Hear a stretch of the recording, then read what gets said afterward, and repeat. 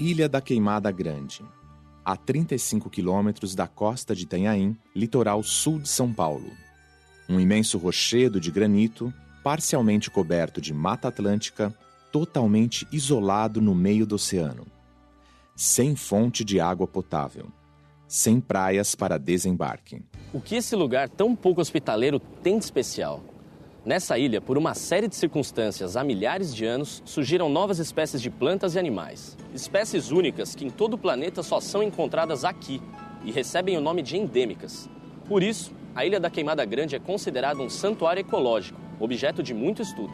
Uma reserva protegida por lei, onde o Instituto Butantan realiza um trabalho de pesquisa desde 1920. Junto com os pesquisadores do Instituto, nós vamos explorar a ilha e entender como e por que apareceram aqui essas espécies endêmicas. O desembarque nos costões rochosos é difícil.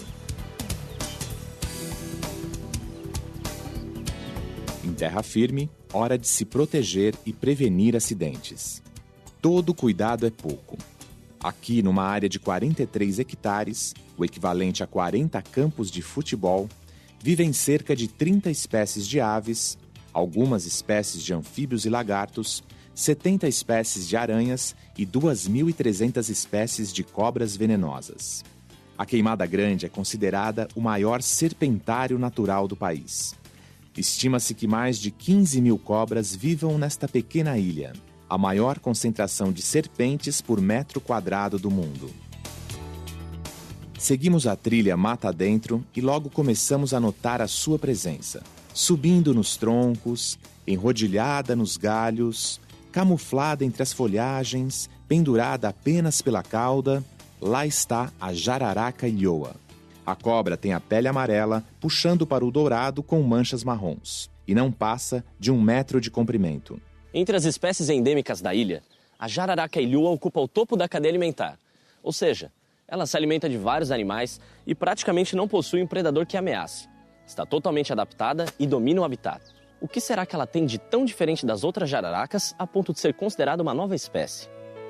Como e por que teria surgido aqui nessa ilha uma espécie de jararaca tão diferente? Os cientistas chamam o aparecimento de uma nova espécie de especiação, e a jararaca ilhoa é um caso clássico de especiação por isolamento geográfico. Para entender o que aconteceu aqui, precisamos fazer uma viagem no tempo geológico do planeta. A ilha fica numa área que se formou há 55 milhões de anos, em um desdobramento da Serra do Mar, e já foi ligada ao continente em diferentes períodos do passado. Quando terminou a última glaciação do planeta, entre 10 mil e 12 mil anos atrás, o nível dos oceanos se elevou com o degelo das calotas polares. Toda a área onde fica a ilha foi inundada, exceto essa parte mais elevada que acabou cercada pelo mar. Ao longo da evolução, a gente sabe que uma espécie, a partir do momento que ela é formada, ela vai sofrendo modificações. Mas a partir do momento que existe, que essa espécie, ela, por exemplo, existe uma barreira geográfica isolando a espécie em duas populações, cada população separada por essa barreira pode seguir um caminho distinto, uma em relação à outra, e elas podem se diferenciar. E aí que é um mecanismo que a gente chama de especiação, ou seja, que podem aparecer duas espécies distintas. Os seres vivos que habitavam o local ficaram ilhados, inclusive a população de serpentes. Então, parte dessa população ficou no continente, que é hoje a jararaca do continente, e parte ficou isolada aqui na Ilha da Queimada Grande. Como aqui não tinha mamífero, elas tiveram que se adaptar aos recursos que a ilha oferece, que no caso são essas aves migratórias. Esses animais que conseguiam se alimentar de aves, eles foram sendo selecionados positivamente, eles possuíam uma vantagem, e ao longo do tempo esses animais foram se acasalando entre si e gerando então essa nova espécie da jararaca ilhoa, que tem essa especialização de se alimentar de aves e subir em árvore. E isso é uma vantagem adaptativa e por isso essa vantagem é transmitida ao longo das gerações. Como no continente tem os mamíferos, as jararacas de lá continuaram se alimentando de mamífero roedor. Tem aves residentes aqui na ilha, espécies que seriam até pequenas, que eventualmente elas podem predar. Só que grande parte da alimentação delas é baseada mesmo em aves migratórias que vêm para cá no verão. Então, durante o verão, quando a gente vem aqui na ilha, é muito mais comum a gente observar esses animais na vegetação, sobre as árvores, justamente para conseguir predar essas aves quando elas vêm para cá. Nas outras épocas do ano, agora inverno, por exemplo, a gente costuma ver mais animal no chão, o que demonstra, evidencia que realmente essa migração para a vegetação está diretamente associada à alimentação desses animais. Como elas se alimentam dessas aves migratórias que são diurnas, elas mudaram, né? São diferentes dessas jararacas ancestrais que caçavam durante a noite. Então elas aqui adotaram hábitos diurnos justamente para predar as aves que são diurnas. Esse comportamento de subir em árvores é um dos principais diferenciais da jararaca ilhoa. As outras espécies de jararaca vivem no chão na vida adulta. O corpo da jararaca ilhoa é mais leve, mais ágil. Ela consegue se prender no alto das árvores apenas pela cauda e sustentar o corpo para dar o bote.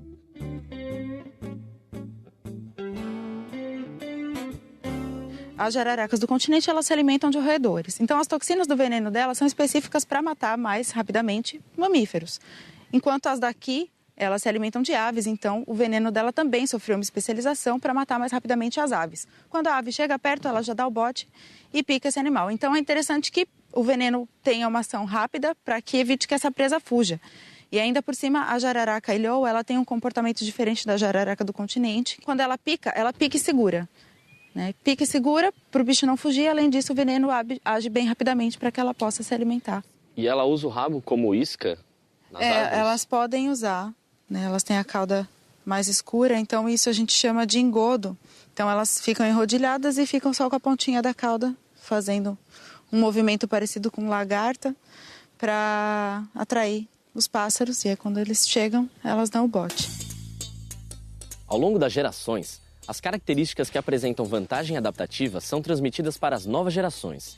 Foi isso que aconteceu com a jararaca ilhoa. Na população de jararacas da ilha, surgiram ao acaso alguns indivíduos que conseguiam subir em árvores e, assim, se alimentar de aves migratórias que pousavam nos galhos. Essa diferença era uma grande vantagem em relação às demais serpentes, que tinham de competir entre si e com outros animais pelo pouco alimento que encontravam no chão. A quantidade de indivíduos que conseguiam subir em árvores começou a crescer dentro da população de jararacas, aumentando também os cruzamentos entre eles. Dessa forma, essa característica passa a ser cada vez mais frequente naquela população.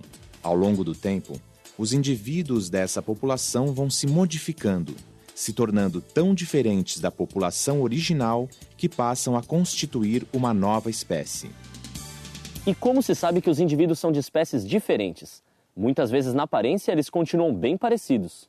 O conceito biológico de espécie, ele prediz, né, que duas populações são consideradas de espécies distintas quando elas não conseguem acasalar por alguma diferenciação morfológica, comportamental, enfim, qualquer coisa.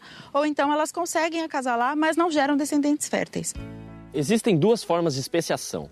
Quando novas espécies surgem, como aconteceu com a jararaca ilhoa após um período de isolamento, chamamos de cladogênese. A palavra clado vem do grego e significa ramo, e gênese, nascimento. Já quando uma população vai se modificando gradativamente ao longo do tempo e sem barreira geográfica, recebe o nome de anagênese.